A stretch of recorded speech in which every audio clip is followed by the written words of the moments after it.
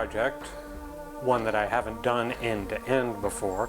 We're going to design a custom and build a custom amp. It's going to be based on the 5F3 Champ circuit and probably stick pretty well to that. I don't think I'm going to mod the amp itself, but I'm going to be putting it into a case of my own design, a cabinet of my own design, and we'll take a look at that first. Should be pretty much fun. Hope you enjoy it. So here's what we're going to be starting with.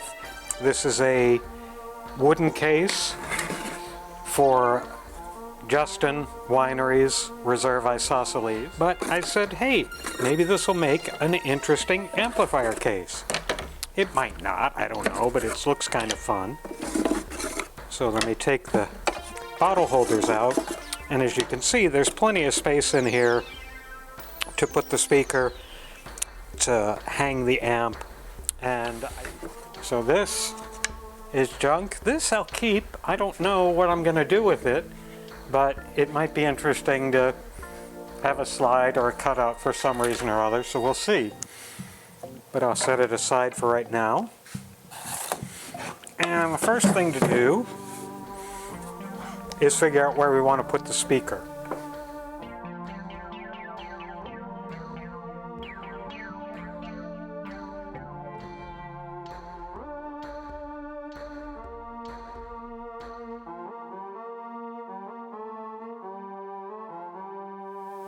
Going to put the top of the aperture, the opening, the aperture, for crying out loud.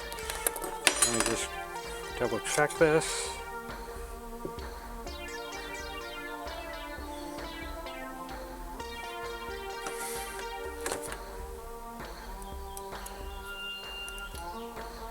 Yep, that's 7 inches.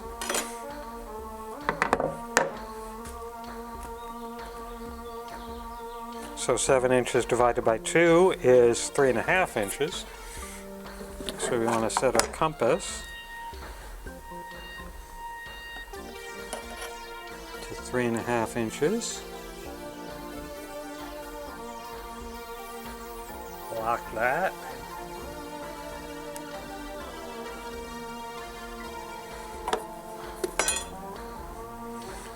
Get on the beginning point. Get on the center point. Give it a little push to get a good center hole. Yep. So again, double checking. 3.5 inches to there. 3.5 inches to there. All looks good. Now I'm not going to put a pencil in this thing because this thing doesn't work well with pencils. I'm going to do a little scribing.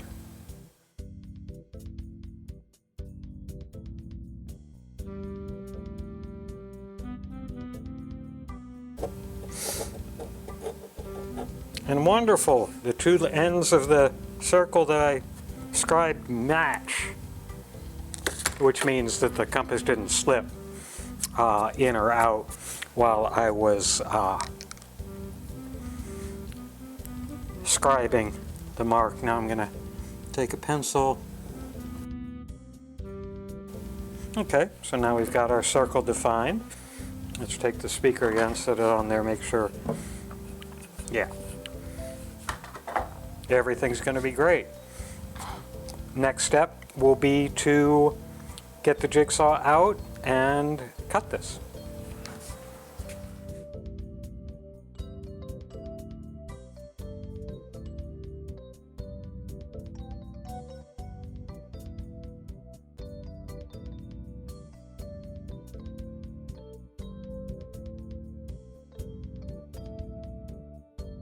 And there we go, that's a pretty good hole. It's got I got one rough spot there, but in general it looks really good.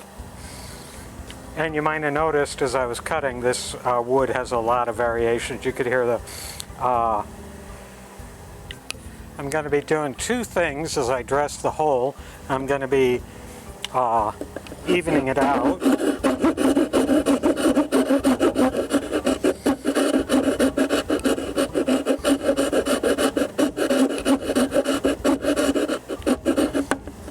I'm also going to be beveling it inward like so, put a little crown on it. crown on it. I don't know, I'll put a little diameter on it. I don't know what the heck I meant by saying crown.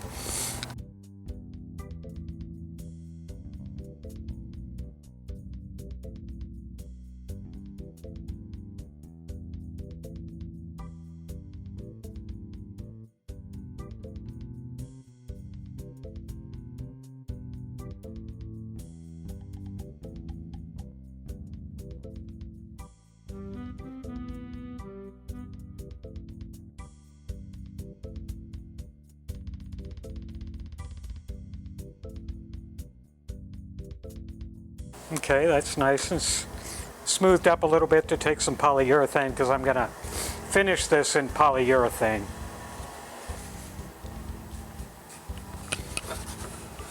So that's what we've got so far. Next thing, I'm going to mark the holes for the speakers, and then put a handle on top and make the cutout here for the controls, for where you plug in your instrument, volume controls, power switch, and all that. Next step is going to be cutting the opening here that we can mount the chassis in. So first we'll just measure, see how big a space we want to have for that.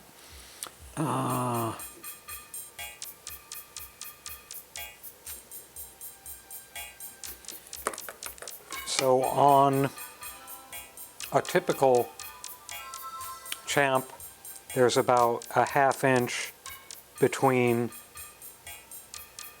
the fuse and the opening and the number 2 instrument hole, jack socket, and the opening. So that's what we're going to go with. So if I look at that, go ½ inch there and ½ inch there, that comes out, I'm going to call this 6½ inches. That's a little bigger than on a regular champ chassis, but this may be a little thicker anyway. So I'm going to cut it to 6½ inches.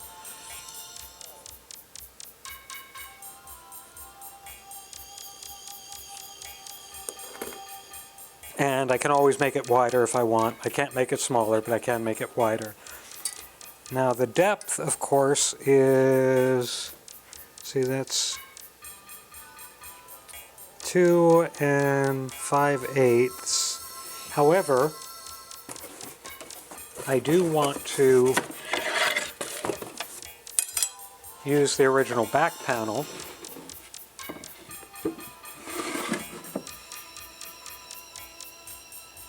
No, that doesn't affect anything. What I was going to say is I am going to use the original back panel, and I'm going to cut roughly like so for venting, leaving an inch on either side, so it can still slide up and down. So as we remember from cutting the speaker hole, the center here is 6 1/8 in.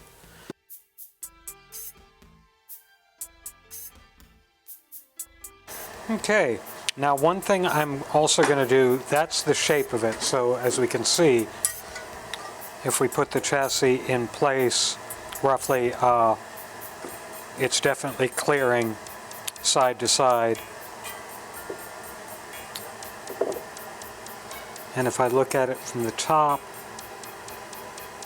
the 2 inches in depth is fine also. Now one thing I am going to do is I'm actually going to cut it about a 1/4 inch. I'm going to inset my jigsaw cut about a 1/4 inch, because I'm going to take a router and route the final dimensions so I can have a nice curve, and I can have a curved corner up here. So that will be the next thing.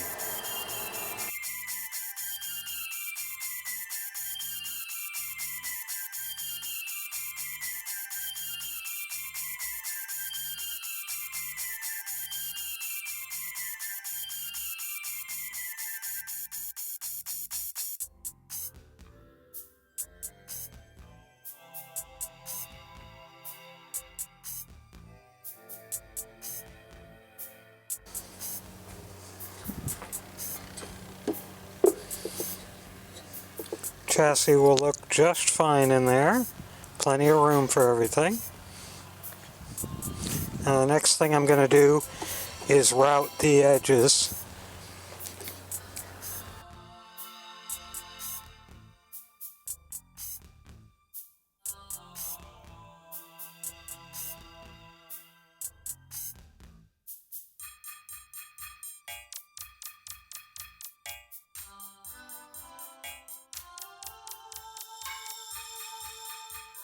And now let's take a look. It's nice and rounded and all nice. And chassis fits in just perfectly. Plenty of room. Plenty of room for securely screwing it down too. So that looks really good. I'm going to do two more things. I'm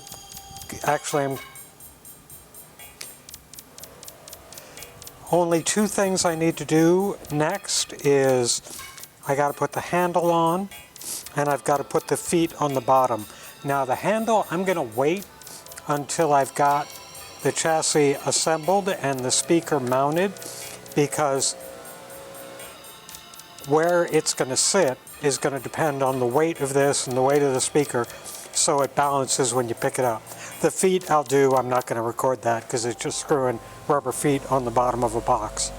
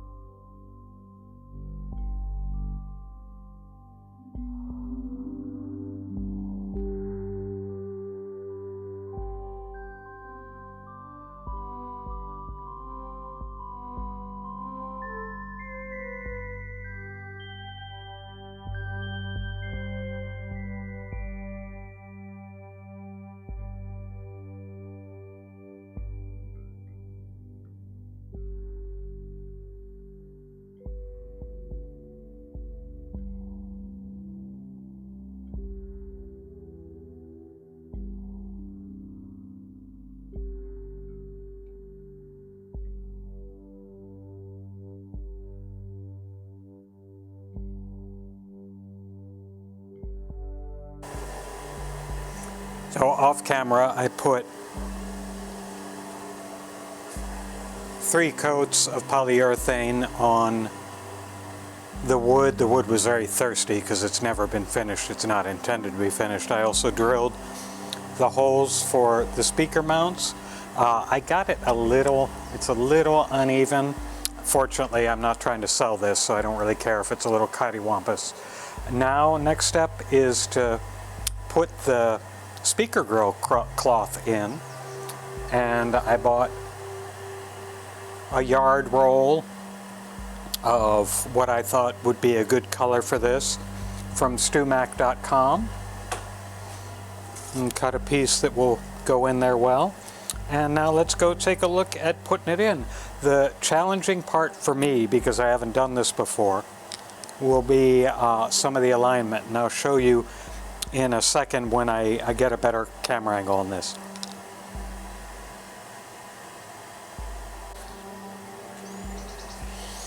So we're going to be dropping the material in here. I don't know which way I want to go. That way is probably good. Now, you obviously, actually this way because I want the lines horizontal. So if we were just putting it in, we could stretch it and it'd be fine. The challenge is I have to accommodate the screws without making the fabric all ripply or whatever. So I'm gonna do that. Fortunately, I have a bunch. As you saw, I have a bunch of speaker material, speaker cloth material. So I can make mistakes numerous times. First, now I didn't measure this last time. I just freehanded it, so I'll measure it this time. So that should be about 9 inches by, let me check that again, 9 inches and 9 by 9.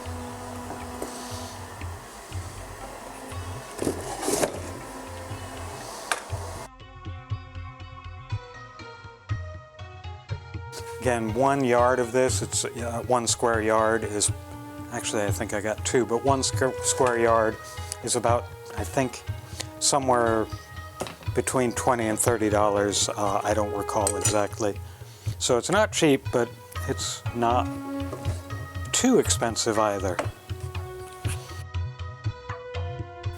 Again, people who do this for a living, or who do it more than I do, probably have a much better way of sizing and setting the screen in.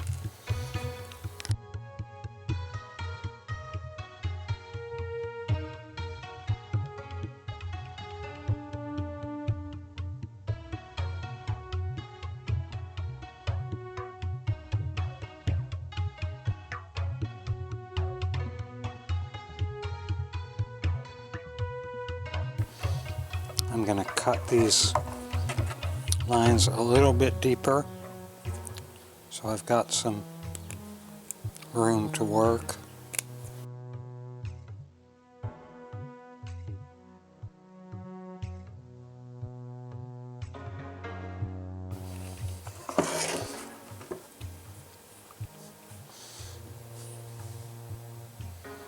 Okay, that looks pretty good.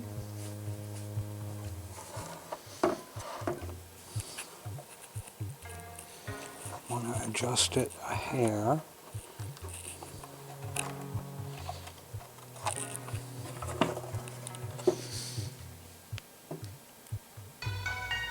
think it's still down a little bit on that side, not up.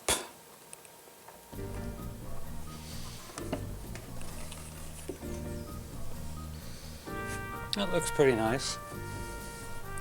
Now I'm going to tack one side down.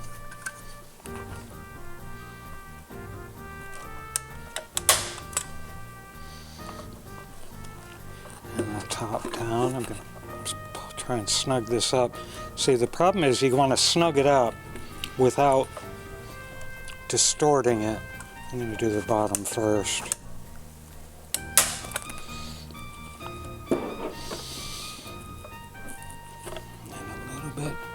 A little bit of snugness.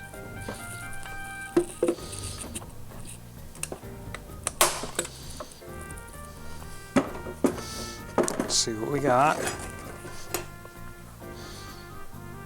Good tension. And then one more side.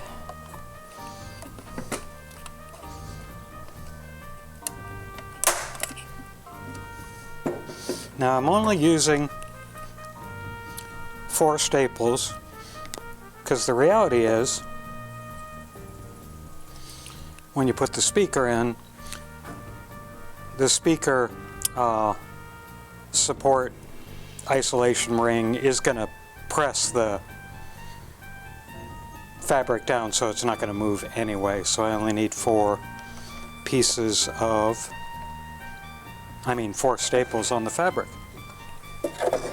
That looks pretty good. I think it's level. Level enough for me. I mean, it's not in line with the screws, which is good because the screws aren't level. So I guess that's the judge.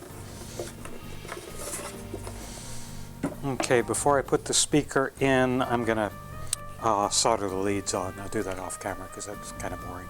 I did forget one thing. I got to put the feet on the bottom of this.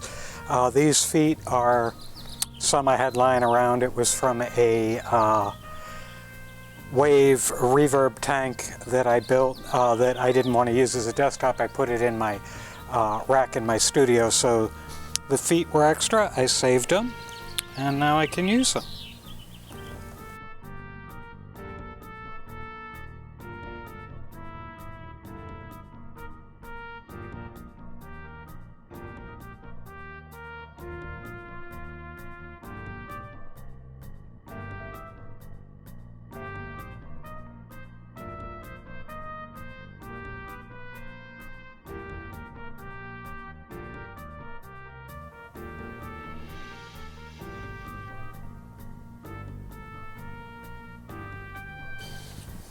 Couple of days later, and the amp is built, ready to put in.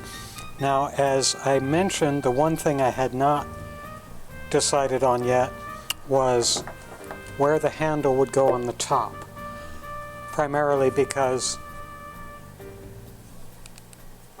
it's going to depend on where the center of gravity is, center of mass is in this cabinet with the feet I put on, with the speaker and the chassis in there.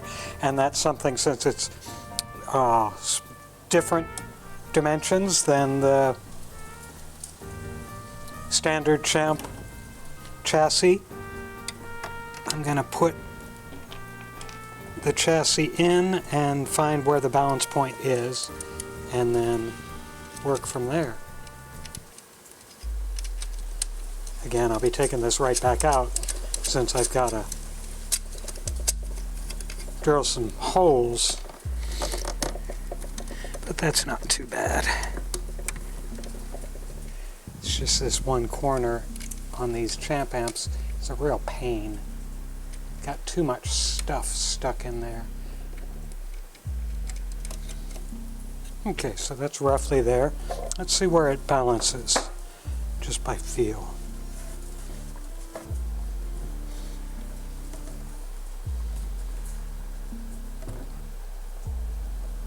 Right about there, seems like. Okay, come up, be about here. That's about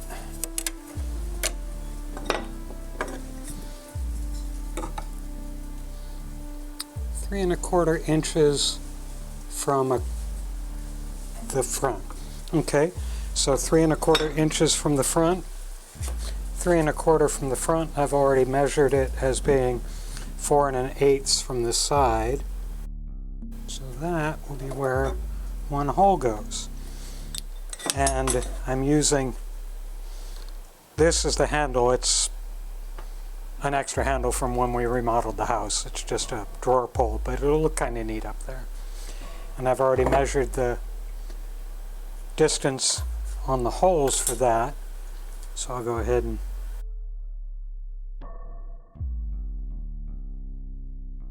okay, handle is in and the handle works. It would be difficult to make a handle not work, but you never know.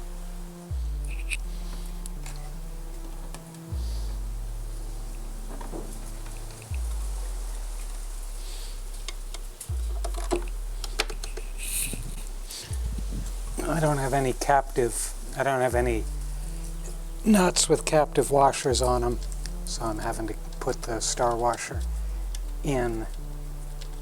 Just makes it a little more finicky.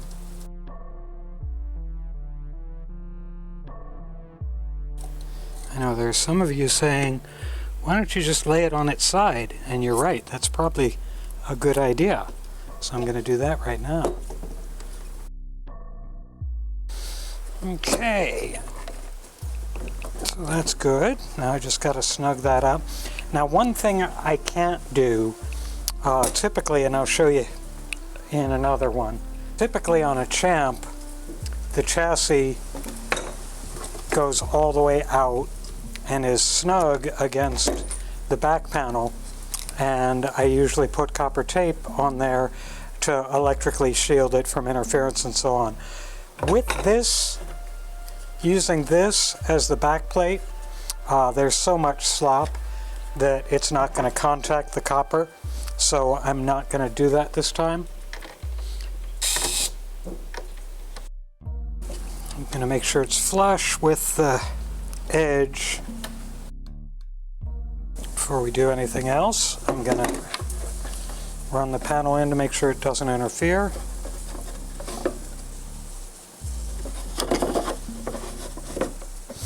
Yep, looks good. One more thing I'm going to,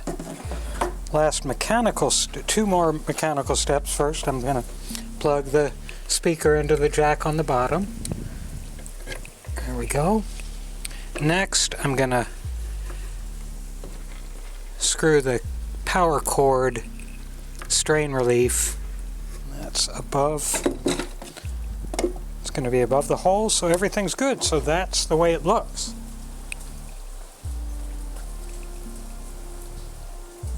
I think it looks pretty cool. Let me drop the back panel on it.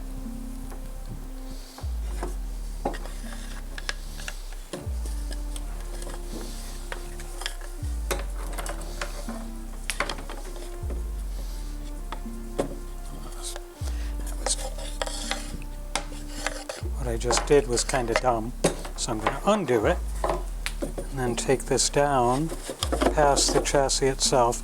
Now feed the cable through.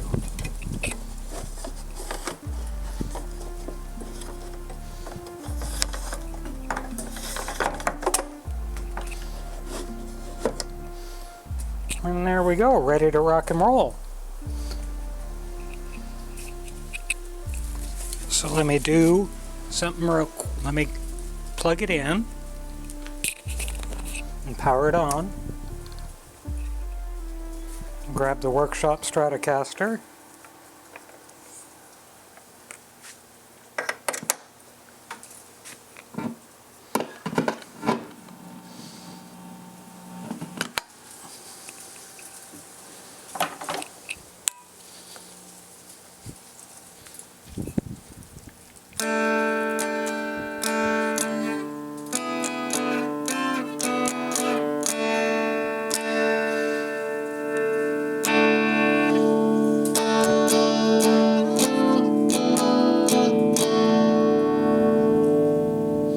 And there you go. Works just like you would hope. So again, for an amp like this, the chassis is what really matters. People can argue about whether the wood matters and so on, but I don't find that to be the case very much. So I think this is just a fun little project, and you could put it around your house or whatever. Grab whatever box you may have, commemorative box for wine, for, I don't know, whatever you might have. And that's what you can do. So that's it. I hope you enjoyed it. I'm CK. Thanks for watching.